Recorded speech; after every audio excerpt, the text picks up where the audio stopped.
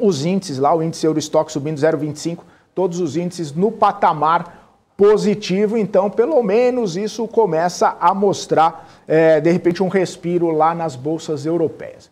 Deixa eu trazer o Guga Almeida aqui para a gente começar esse nosso bate-papo dessa terça-feira.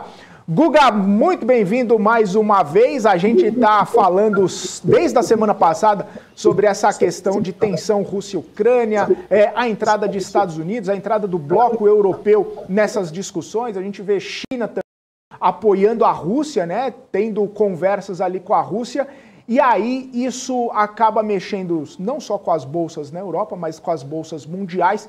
E também essa questão do petróleo e outras commodities, né? Essa tensão geopolítica provavelmente vai seguir impactando nos ativos, vai seguir impactando no humor dos investidores. Eu queria saber como que você está vendo toda essa movimentação. Lembro que na semana passada você já falou, olha, se as coisas se desenvolverem, a gente ainda vai ter bastante coisa para ficar em alerta aí, Guga. Bom dia, como que você está vendo essa questão? Bom dia, Felipe. Bom dia, pessoal. Minha leitura é de uma forma bem simplista, tá? Para o pessoal poder raciocinar também. É interessante, né? Porque nós temos um problema de mundo que é a inflação. E tem uma briga em relação à inflação. Né? E o grande, vamos assim dizer, o grande movimento que acaba desencadeando inflação generalizada no mundo é a questão de combustível, é a questão de energia. Né? Então, o tema petróleo ele está muito vivo. Né? Essas tensões geopolíticas ali entre Rússia e Ucrânia, elas têm uma condição muito grande de destravar, tá? Um entendimento e uma aceitação por parte do mercado de que, ok, o preço do petróleo está nesse patamar ou poder chegar até mesmo num patamar ainda mais elevado. Tá? Porque o mercado vai entender, vai ter uma narrativa para entender.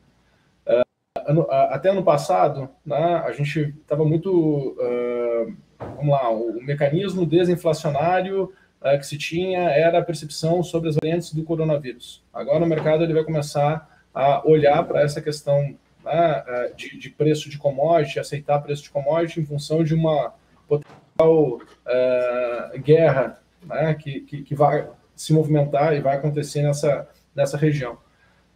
A gente enxerga que Rússia e China, de fato, estão muito aliados, tá? E, de fato, tem uma força muito grande e um poder econômico muito grande acumulado naqueles dois países. Tem que ficar de olho, sim, como é que vão ser as movimentações de Estados Unidos e Europa, porque não começa a perceber aonde está a guerra, de fato, tá? Econômica e tudo mais. Então, tem que ficar de olho, tá? Porque, ao meu ver, o grande problema aí está em relação à questão de preço de commodity mesmo, principalmente quando estamos olhando para o petróleo.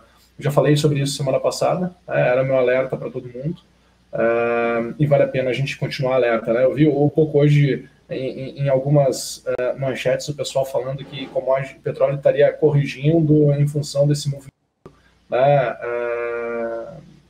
geopolítico aí. Mas eu acho que esse tipo de movimento não vai trazer uma correção da commodity, pelo contrário. Né? Eu acho que tende a ter muito mais surpresas que fariam com que o preço subisse do que fazer com que o preço corrija.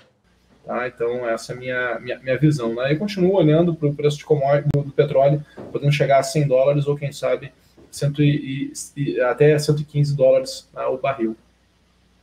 Então a pergunta era essa mesmo, Guga. Então, se a tensão pode elevar o preço do petróleo, então talvez chegue mais rápido aí essas projeções acima dos $100 o barril. Sim. Eu acredito que a próxima surpresa já joga o petróleo lá para a região dos $95 o barril. E aí tu vai estar basicamente, praticamente na região dos $100, né? Então, e aí, né, toda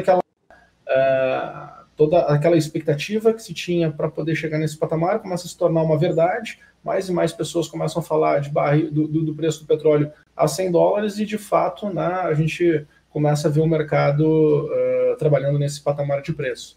Era uma projeção que já se tinha desde quando o petróleo estava $40, tá? E agora as coisas estão cada vez mais próximas, cada vez mais concretas. Óbvio que quando tu faz uma projeção, tu não tem as evidências para poder medir, tá? Ninguém imaginaria que ao longo do ano passado que poderia ter, né, esse movimento Rússia e Ucrânia, né, e que isso poderia gerar essa movimentação no preço da commodity. E aí as coisas vão começando a surgir, né? Por isso que tu tem que conseguir traçar cenários de preço e buscar, né, evidências ao longo do tempo que colaborem, né, para esse destravar da cotação, para que ela possa chegar num determinado ambiente, num determinado cenário.